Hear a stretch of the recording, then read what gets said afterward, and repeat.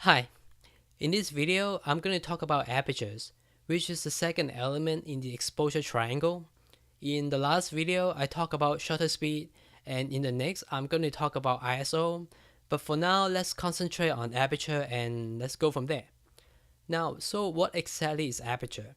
Similar to shutter speed, aperture controls how bright or how dark the photo is going to be and how much light goes into the camera. But most importantly, and a lot of people always get this confused, is aperture actually locates inside the lens and not inside the camera. So aperture determines how big or small the opening of the lens it is for you to take the photo. The larger the hole, the more light is going to travel through the lens into your camera, and the brighter the photo it becomes. On the other hand, if the hole is smaller, less light is going to travel through, and you have a darker photograph. A very important thing that you must understand about aperture is f-stop. They are basically the same thing, but f-stop is just described by numbers. So if you're going to take away one thing, this is it. The smaller the f-stop, the larger it is for the opening of the lens.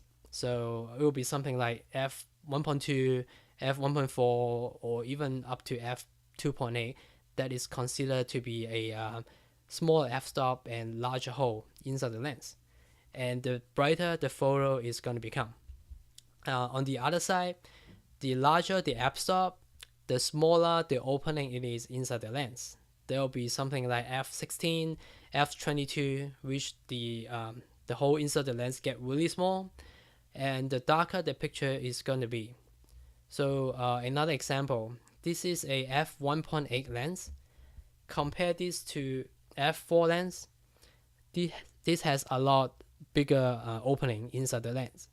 So if I take these two lenses and use the same shutter speed in low light situation, this is actually going to perform better than this lens right here, because this one lets more light in inside the lens, through the lens, inside the camera. So that basically is one thing. The second thing about aperture is the depth of field. It confuses a lot of people, so I'm going to talk about this in a whole entire video after this. But for now, just remember aperture also dictates the depth of field, DOF. It controls how sharp or how much blurriness it is going to be for your photograph.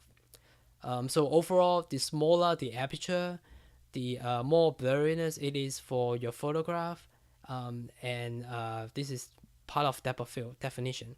And the larger the aperture, say something like f22, the less blurriness it is going to be for your photograph, and you have a much greater overall sharpness of your photo. So that is another thing about aperture.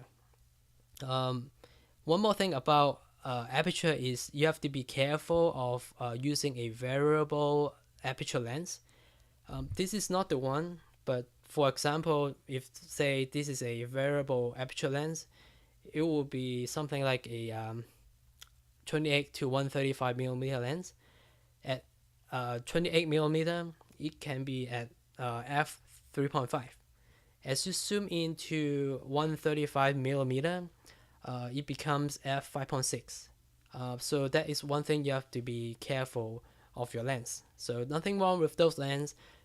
Just be careful that the aperture may change on the way. So if you ask me what kind of aperture I will use in a certain situation, I would say for single person, if I'm taking just an individual, I will use something like f2.8 or f4.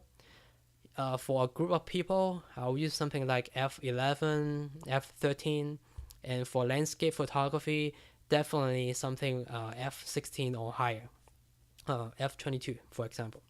So but this really depends on the lighting situation and where you're at, so it's not a fixed formula. So I hope you enjoy this video. I hope you learn a lot about aperture, and I'll see you in the next video.